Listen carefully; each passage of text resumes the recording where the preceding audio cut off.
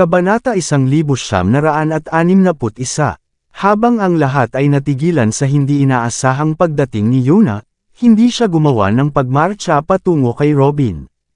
Sinukat niya si Robin at ang kanyang pag-iisip ay malamig. Nagtataka ako kung sapat ba ako para sa iyong paggalang. Siguro kung may karapatan akong bigyan ka ng sampal sa iyong mukha. Sampal. Ibinalik ni Yuna ang likuran ng kanyang palad laban sa mukha ni Robin. Agad na sumigaw ang kanyang mga tauhan, "Kapitan! Kapitan!" Kalmado ang sinabi ni Yuna. Noon siya, ngunit hindi na siya kapitan ngayon. Tinawagan na ni Sir Lynch ang master ng Dragon Cell mismo. Mula ngayon, walang kinalaman si Robin Baker sa Dragon Cell. Ang isang simpleng pangungusap ay sapat na upang patunayan ang lakas na impluwensya ni Yuna. Tulad ng nangyari, ito ay ideya ni Benjamin Lynch na pumunta siya. Sa madaling salita, alam ito ni Benjamin. Si Robin, na nahihirapang makabalik, ay natigilan at namutla habang ang pagsasakatuparan ng katotohanan ito ay nangyayari sa kanya. Alam niya ng lubos na siya ay tapos na. Hindi lamang ang kanyang maliwanag na hinaharap ay ganap na nasira, maaari pa niyang idamay ang kanyang buong pamilya kasama niya. Ngunit hindi siya maglakas loob na magalit. Ang kanyang kalaban ay ang pinakamakapangyarihang si Yuna Lynch, pagkatapos ng lahat. Siya ang nangungunang tanyag na tao ng Mordo at ang anak na babae ni Benjamin, ang unang utos ng Mordo.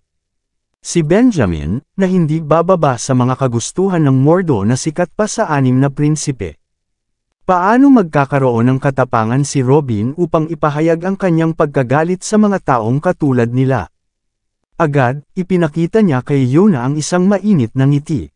"Miss Lynch, mangyaring bigyan mo ako ng isa pang pagkakataon. Alang-alang sa aking pamilya."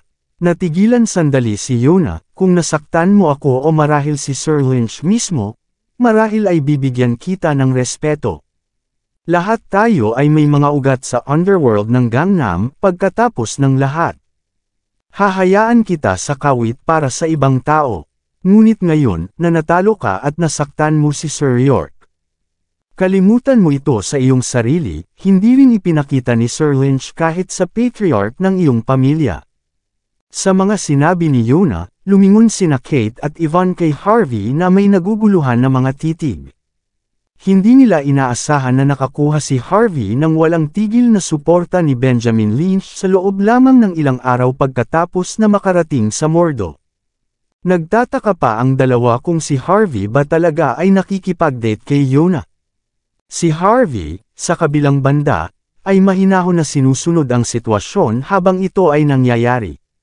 Namutla ang mukha ni Robin. Alam niya na wala siyang paraan pabalik, at humingi siya ng tawad sa kanyang tinig. "Miss Yuna, dapat mong malaman na ginagawa ko lamang ang aking trabaho dito." Pinatay ni Harvey ang isang dayuhang panauhin mula sa Island Nations, at narito ang katawan. Ito ay solidong patunay. Agad na pinutol siya ni Yuna ng isang malamig na pagngisi. Sa totoo lang iniisip mo yon na ang gobyerno ng Mordo ay puno ng mga ageista. Ang islander na ito ay isang stowaway at walang anumang mga legal na dokumento. Ayon sa aming impormasyon, ang taong iyon ay isang kriminal na nais maghasik ng kaguluhan at pumatay ng marami sa labas ng hangganan. Gumawa si Sir York ng malaking tagumpay sa pamamagitan ng pagpatay sa kanya. Naninindigan siya para sa kung ano ang tama. Iuulat ko ito sa mas mataas na up ng Mordo.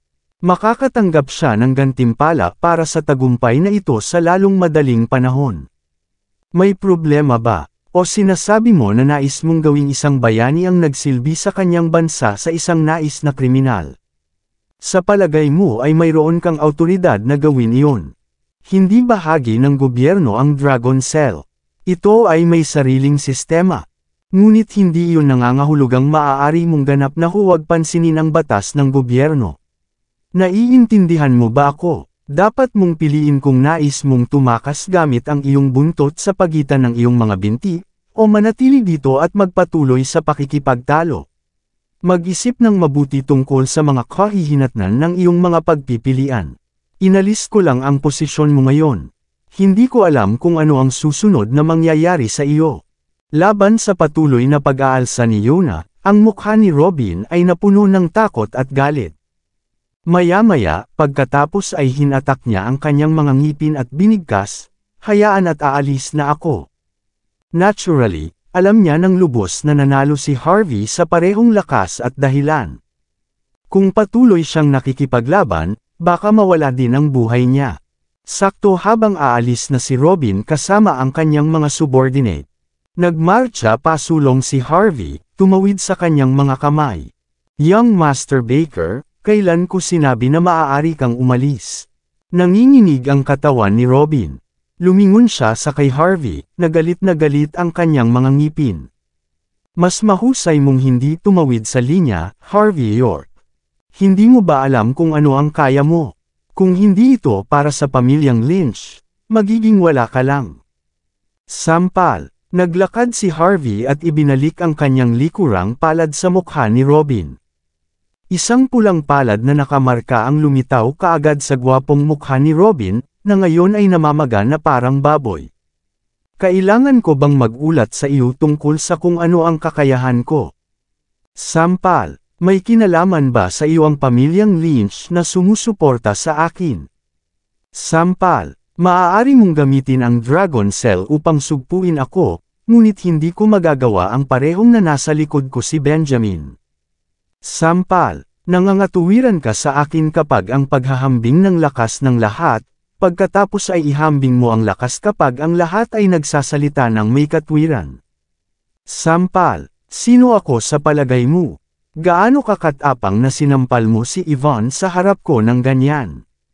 Sampal, bilang isang bahagi ng Dragon Cell, isa ka sa mga haligi para sa bansa.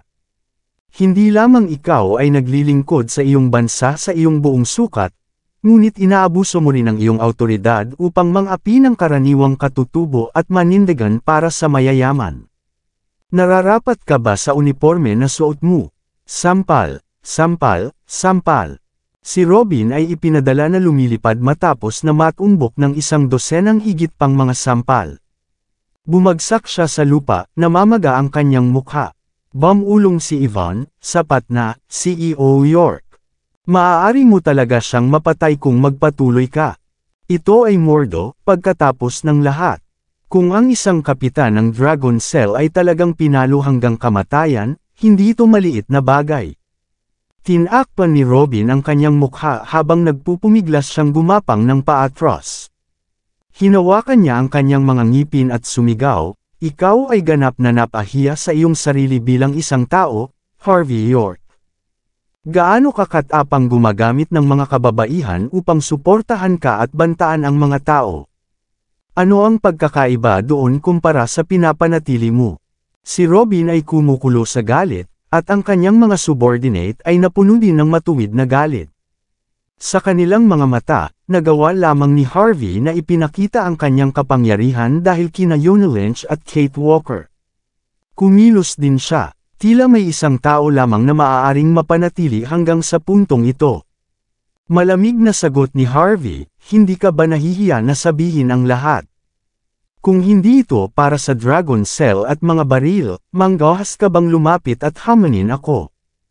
Hayaan mo akong sabihin sa iyo ngayon. Kung nais ko, ang pagpatay sa mga maliliit na pritong tulad mo ay magiging katulad ng pagpatay sa mga langgam sa gilid ng kalsada. Tinakpan ni Robin ang kanyang mukha at sumagot, tumigil ka na, Harvey.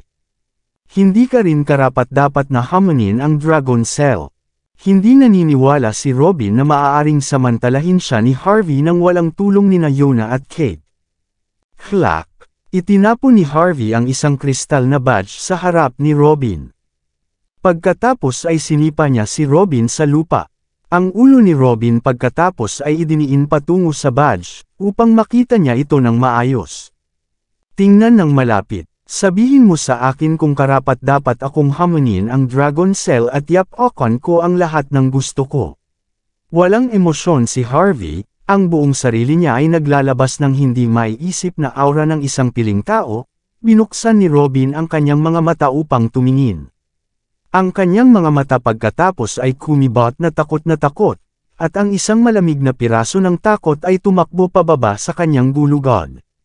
Ikaw, ang bagong pinuno ng sangay ng Longmen's Mordo Branch. Maraming salamat sa lahat ng sumusubaybay. Please subscribe and follow my YouTube and Facebook channel, Filipino Novel. Maraming salamat po. Agad na lumuhad si Robin at sinimulan ang pag-untog ng kanyang ulo sa lupa. Ang Longmen at Dragon Cell ay mga pundasyon ng bansa H. Kahit na pareho silang kabilang sa iba't ibang mga sistema at namamahala sa iba't ibang mga bagay, ang kanilang mga katayuan ay magkatulad sa bawat isa. Si Robin ay kapitan lamang ng unang squad ng Dragon Cell. Kahit na siya ay itinuturing pa rin na may mataas na katayuan, siya ay ganap na mas mababa kumpara kay Harvey, ang bagong pinuno ng sangay ng Longmen's Mordo Branch. Ipagpalagay lamang, kung nais ni Harvey na wakasan ang buhay ni Robin, hindi lamang ang Dragon Cell ay hindi pipigil sa kanya. Impyerno, maaari pa silang magpahiram sa kanya ng isang kamay. Ilabas niyo silang lahat at basagin ang isa sa kanilang mga kamay. Tulad ng para sa taong ito, punatin siya. Walang emosyon si Harvey. Ang isang alon ng kanyang kamay ay sapat na upang maselyuhan ang kapalaran ng mga kalalakihan ni Robin. Maraming mga alagad ng Longmen ang pumasok at dinala si Robin at ang kanyang mga tauhan na may mga tali sa kamay. Walang sinumang nang ahas na lumaban sa proseso. Di nagtagal, ang pag-iyak ng sakit ay maaaring marinig mula sa looban. Tumawid si Harvey at nagbuntong hininga. Lumingon siya kay Yona. Lubhang nahihiya ako sa iyo, Miss Lynch. Ginagamit ko ang vilya na ibinigay sa akin ni Master Lynch na nagagawa na parang isang katayan. Ito ay isang kakila-kilabot na basura ng mga mapagkukunan. Nakakabigo, talaga ito. Ngumiti si Yona kay Harvey at sumagot, masyado kang mapagpakumbaba, Sir York. Isinama mo na ang kabuuan ng Longmen's Mordo Branch at naging pinuno nito sa loob lamang ng ilang araw pagkatapos ng pagpunta mo sa Mordo, na tinatapos ang kaguluhan ng Mordo sa proseso. Kahit na ang aking ninong ay nagsabi na ito ay lubos na malaking pag-asa.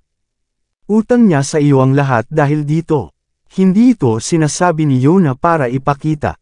Ang Mordo ang pasukan ng Country H mula sa Timog Silangan. Sa mahabang panahon, ang mga dayuhang powerhouse ay nagbabalak na salakayin ang bansa H sa pamamagitan ng lihim at publiko. Ang pagkakaroon ng Longmen ay isa sa mga pundasyon upang maiwasan na mangyari ito. Ang isang nahahati na Longmen ay hindi gaanong magamit, at maaaring lang mamanipula ng mga tagalabas. Iyon ang dahilan kung bakit nagpasya si Harvey na ganap na muling may taguyod ang sangay ng Mordo, Longmen. Ito ay isang mabuting paggawa para kay Harvey, at ito ay isang mahusay na tagumpay para sa publiko. Matagal nang hindi nanirahan si Harvey sa paksa. Paumanhin hiniling ko sa iyo na pumunta dito para sa isang maliit na bagay, Miss Lynch, sinabi ni Harvey, na nakangiting nakangiti ng mabuti sa kanya. Natatakot ako na maaaring magkaroon ng isang malaking salungatan na makakaapekto sa kaayusan ng publiko. Hindi ito malaking deal. Masaya akong magpagamit sa iyo, Sir York, sinabi ni Yona, kalmado at matamis ang tono niya. Nagbago ang mga mata ni Kate at Yvonne matapos marinig ang mga salitang iyon. Tiningnan nila si Yona, na puno ng pag-iingat at takot ang kanilang mga mata. Sa isang iglap, nakaramdam si Harvey ng pagkamanhid. Pinakawalan niya ang isang natutuyo na pagtawa at mabilis na sinabi, Miss Lynch, hiniling ko sa iyo na pumunta dito dahil may isa pang bagay na kailangan ko ng tulong. Inaasahan ko na ang Shindanwei ay patuloy pa rin sa kanilang malaking puwersa na pagsalakay sa bansa H, at sila ay nagsisimula pa rin mula sa Mordo. Maaari pa silang umasa sa ilan sa mga malalaking karakter upang makagawa ng isang pagkakataon para mangyari iyon. Mangyaring sabihin sa kay Master Lynch ang tungkol dito, at sabihin sa kanya na maging mas maingat. Ang mga Islanders na ito ay hindi kumikilos kung hindi sila makikinabang dito. Ako ay natural na isa sa kanilang mga target, ngunit si Master Lynch ay maaaring hindi rin maiiwasan ang sitwasyon. Ang ekspresyon ni Yona ay naging mahigpit. Pagkatapos ay nagsalita siya sa isang tono na naririnig lamang ni Harvey. Salamat sa iyong pag-aalala, Sir York. Alam na ito ng aking ninong. Ang serye ng mga kaganapan na nangyari sa kanya dati ay nauugnay din sa Island Nations. Napakaraming tao ang tumitingin sa kanyang posisyon bilang first in command ng Mordo. Mayroong ilang mga bagay na hindi niya magagawa ang kanyang sarili dahil siya ay magdulot ng hindi kinakailangang problema.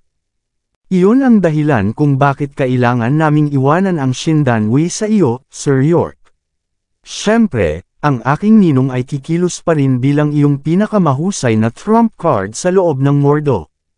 Lihim na nadula si Yona ng isang maliit na sulat sa kamay ni Harvey, tumalikod siya at umalis. Nag-iwan ng isang landas ng mabangong samyu. Ang interes ni Harvey ay napukaw nang makita niya ang mga nilalaman ng sulat. Lumapit si Yona at Commandant. Kinuha pa niya ang bangkay ng Frog Ninja bago siya umalis upang magawa na matigilan si Harvey. Matapos makipagpalitan ng mga numero ng telepono, si Kate at Yvonne ay nagtatawagan na sa bawat isa ng mga kapatid.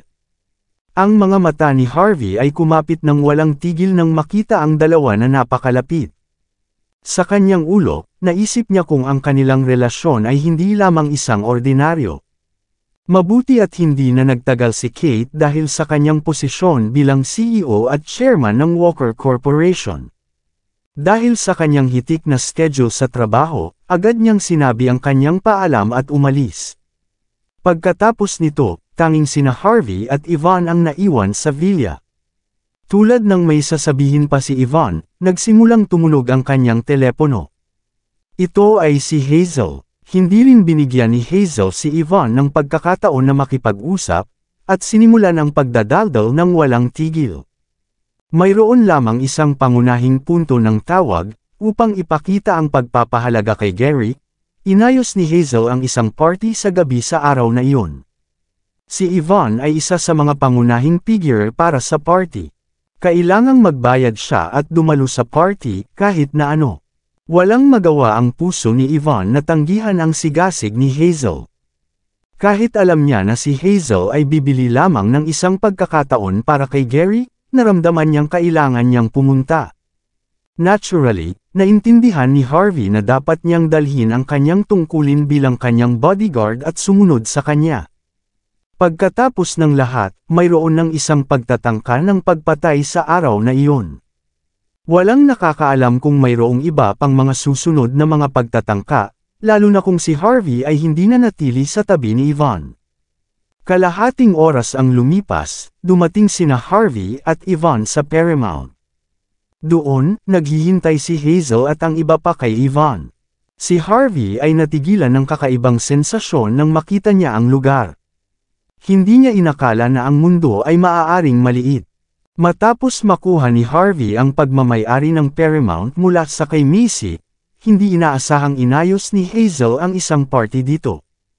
Hindi gusto ni Harvey na manatili ng mahaba, at inilaan na umalis pagkatapos ipakita ang kanyang mukha at si Yvonne. Ngayon, baka hindi na kailangan pa iyon. Inayos na ni Harvey si Tyson, Old Niner at ang iba pang mga kalalakihan na mamahala sa mga aktibidad ng Paramount. Pagkatapos ng lahat, ang Paramount ay isa na sa mga pangunahing negosyo ni Harvey sa loob ng Mordo. Ang lugar ay paraan na mas ligtas kaysa sa villa pa rin. Kahit na si Hector o ang Shindanwei ay magdulot ng problema dito, magdurusa pa rin sila ng malaking pagkalugi. Hindi kalayuan, si Hazel at ang kanyang mga kasama ay naglalakad pasulong upang batiin si Yvonne, na naghintay para sa kanya ng kaunting oras. Ang mga sikat na internet ay nasiyahan sa tanawin, ang dati nang ipinagbabawal na Paramount. Maaari nilang ipakita ang kanilang presensya dito sa kanilang mga kaibigan matapos na magpadala ng mga larawan sa kanilang mga social circles. Gumawa si Hazel ng isang linya kay Yvonne. Nang makita niya ang mukha ni Harvey, agad siyang nagyelo. Nagkunwari siya na hindi niya nakikita si Harvey, hindi niya pinapansin, at hinawakan ang kamay ni Yvonne. Yvonne, ikaw ay kalahati ng isang mamamayan ng Mordo mismo. Dapat mong malaman na ang Paramount ay isa sa mga pinakamalaking lugar ng libangan na mayroon sa Mordo. Hindi mabilang na mayayamang kababaihan at batang masters ang gumugol ng kanilang pera sa lahat ng oras dito. Mag-ho-host kami para sa kay Young Master Duncan ngayon, kaya mas mahusay kang hindi umalis ng maaga. Ito ay tinatawag na hospitality ng host. Sinubukan ni Hazel ang pinakamahirap na magpataw ng responsibilidad kay Yvonne bago siya dalhin sa ikatlong palapag ng Paramount. Dito nagkita sina Harvey at Kate. Bumalik noon, kasama niya si Cynthia. Hindi inisip ni Harvey na siya ang magmamay-ari ng lugar pagkatapos lamang ng ilang araw. Sa pag-iisip nito, pinakawalan ni Harvey ang isang buntong hininga ng paggunita. Ayon sa impormasyong natanggap niya, mahusay ang Paramount sa paggawa ng pera. Ang pera na ginawa nito sa isang buwan ay hindi bababa sa 30 milyong dolyar. Ito ang dahilan kung bakit ang Shindanwei ay naging interesado sa Paramount. Kabanata 1965. Pagkatapos pumasok sa bulwagan, sinuri ni Harvey ang kanyang paligid. Napagtanto niya na ang bulwagan ay hindi ganap na naibok tulad ng inaangkin ni Hazel. Tila ang tinatawag na paanyaya ni Hazel ay para lamang sa isang maliit na booth na inilaan niya. Ang mga negosyo dito ay mahusay, at ang psychedelic na musika ay napuno ang hangin. Kahit na hindi pa ito hating gabi, hindi nito napigilan ang sinumang makisalamuha sa kanilang mga puso na nilalaman. Ang amoy ng usok ng sigarilyo at makeup powder ay makapal sa hangin. Ginagawa nila para sa isang kakilakilabot na baho, ngunit ang mga madalas na lugar ay madalas na lumago na gusto nito. Huminto si Hazel at ang natitirang bahagi ng kanyang mga kasama sa isang booth kung saan maraming mga gwapong lalaki at magagandang babae ang nakaupo sa loob. Sakto habang sila at si Harvey ay naglalakad sa loob, ang Islander sa isang banyo na gumulong bigla at lumapag sa harap nila. Ang kanyang mukha ay nagbigay ng isang kahabag-habag na hitsura sa kanyang mukha. Bago pa mag-react si Harvey sa sitwasyon, ang ilang mga kabataang lalaki ay lumabas mula sa booth at nagsimulang bugbugin ang Islander. Ang taong nangunguna sa singil ay walang iba kundi si Stephen Walker mismo. Nagdala siya ng isang bote ng beer na kalaunan ay ginamit niya upang basagin ang ulo ng Islander. Mayroong isang malakas na klang, at sumabog ang bote sa ulo ng Islander. Pumalakpak si Steven sa kanyang mga kamay at malamig na kumalas. Nang ahas kang lamandi sa aking babae, Islander. Sa palagay mo hindi kita papatayin ngayon. Ibinuhos ni Steven ang natitirang beer sa buong katawan ng Islander upang ipakita ang kanyang lakas. Ang Islander ay nagpupumilit na makatayo. Tinakpan niya ang kanyang madugong mukha at umungol, "Bastard ka. Gaano kakatapang na inilagay mo ang iyong maruming daliri sa akin, ako si Cobb O'Meara Akane. Maghintay ka lang." Sinipa ni Steven si Cobb O'Meara sa tiyan. Nang makita niya si Hazel at ang kanyang mga kasama, namilog ang mga mata ni Steven. "Narito ka na, Hazy. Kinuha ko sa amin ang Emperor's booth para lamang sa iyo. Classy, di ba?" Lumapit si Steven kay Gary nang walang tigil at nakipagkamay ng kanyang kamay, mukhang determinado. Kahit na nakita rin ni Steven si Harvey, nagkunwari siya na ang taong ito ay hindi umiiral at hindi pinansin si Harvey. Mahina hong ngumiti si Gary, na parang nakatagpo siya ng isang kaalyado. Marami sa mga taong naruroon ang namamahala sa mga kagawaran sa loob ng Kaizen Group, at karamihan sa kanila ay medyo pala kaibigan kay Hazel. Ang posisyon ni Hazel sa loob ng kumpanya ay tumaas dahil sa kanyang katanyagan. Kung hindi dahil dito, kakaunti ang naririto upang bigyang respeto siya. Matapos matuklasan na si Gary ay isang halo-halong kampyon sa martial arts at si Yvonne ay mula sa pamilyang Smith, ang lahat sa booth ay naging masigasig.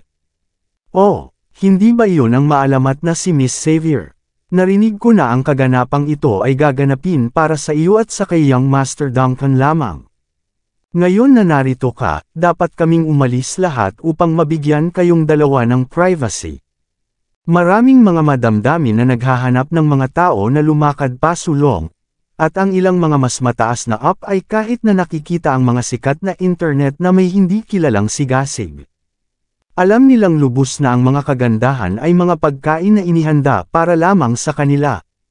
Masigasig ang karamihan, ngunit pinili ng lahat na huwag pansinin si Harvey. Karamihan sa mga tao mula sa Kaizen Group lahat ay nakakaalam kung sino si Harvey, at hindi nila titingnan ng isang mataang tulad ng isang manggagawa sa opisina na mababa. Bakit kailangan nilang bayaran siya ng anumang uri ng paggalang matapos sabihin sa kanila ni Hazel na huwag? Ngumiti si Harvey. Alam niya na ito ang lahat ng ideya ni Hazel. Sinusubukan niyang gamitin ang karamihan upang sugpuin si Harvey, lahat upang mabigyan ng pagkakataon si Gary na magpakita kay Yvonne. Ang kanyang taktika ay tila isang hindi pang matanda, at pinakawala ni Harvey ang isang kalungkutan. Ang dating dalisay at inosenteng binibini ay napinsala ng lipunan sa sandaling natikman niya ang laso ng katanyagan. Nagtataka si Harvey kung dapat niyang kuhanin pabalik ang mga donasyong ibinigay sa kanya. Pagkatapos ng lahat, ang kanyang mga aksyon ay maaaring saktan siya sa katagalan.